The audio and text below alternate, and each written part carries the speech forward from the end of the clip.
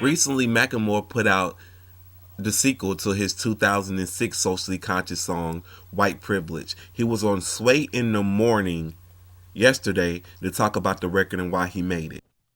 For me, my art has always been a means of trying to dig into some sort of truth, Mm-hmm. whether that was truth in myself, truth in society, using the page as a means to peel away the layers and try to figure this experience out that we call life. And that's a daunting process at times. But one that is the reason why I make art, why I write raps. And this was a record that was difficult. Um, we watched, when we first met, we were an underground rap group, Mm-hmm. and we obviously had a lot of success fairly quickly. Although we've been doing it for a long time, the success happened very fast, and there was a certain point in around 2013 where we had, I wrote this original record, White Privilege, now 10 years ago. And this was a very different moment. From that perspective, 10 years ago, I was looking at it from an outsider, from an observational point of hip hop has changed since I've been a fan of it. Who's coming to shows has changed since I started to go to shows. Um, the mass consumer, what it looks like on television, the success of Eminem, the success of underground rappers that are white, everything is changing. I was looking at it from that perspective. Fast forward 10 years, here I am at the center of a conversation about race within hip hop, cultural appropriation, the Grammys, the process of who gets on the radio, who doesn't. And it felt necessary and very important for us to address that again Mm-hmm. and to not shy away from that topic, but to step into the conversation and all of its inherent flaws, Mm-hmm. all of its all of my fear around like, yo, what am I gonna say now? It felt necessary.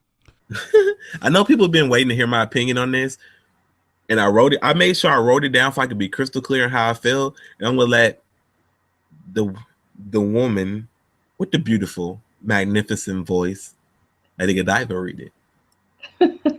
Thank you. Okay, so here we go. Well, you see, white privilege is the idea that because you're born white, something that you obviously can't change, you have certain social privileges. These tend to be things like other people feeling safe on the sidewalk as you walk by them, or not being afraid when a cop pulls you over. They'll have a racial prejudice or might even shoot you. That's a big one, by the way, having a generally positive relationship with the police. White people have the privilege of being found more trustworthy or innocent when it comes to the courts. White privilege is being given a less extreme punishment than a person of color for doing virtually the same crime.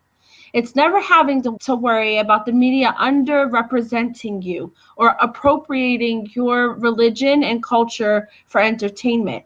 It's having your entire history being an actual course that many must take, European history or AP European history, while the history of people of color is only an elective or sometimes not even an option.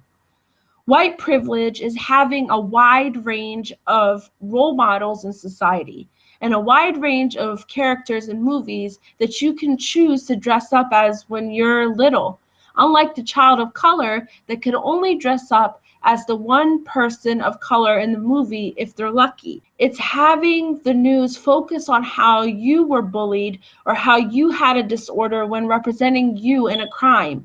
It's having the privilege of not having your entire race being labeled with derogatory and hateful stereotypes when one white person does some unspeakable crime and it's not being followed when you go into a shop because the owner subconsciously doesn't trust you.